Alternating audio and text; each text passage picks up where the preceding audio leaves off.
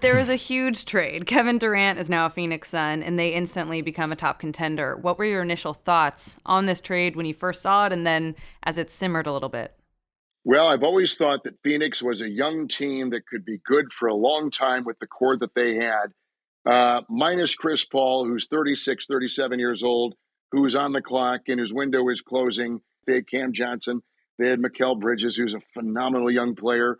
And that was part of their big foundation with Devin Booker and Ayton, who's in the middle. But boy, they went all in with draft choices, young core foundational pieces, and got Durant. And they just had the team sell.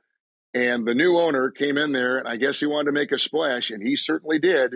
So that's one of those things you got to look at yourself in the mirror and say, am I sacrificing the future for the present? And clearly they are. So it is kind of what it is. And then we had Kyrie go to Dallas and the Mavericks, and they traded some wonderful pieces around Doncic that made that team a Western Conference final team a season ago.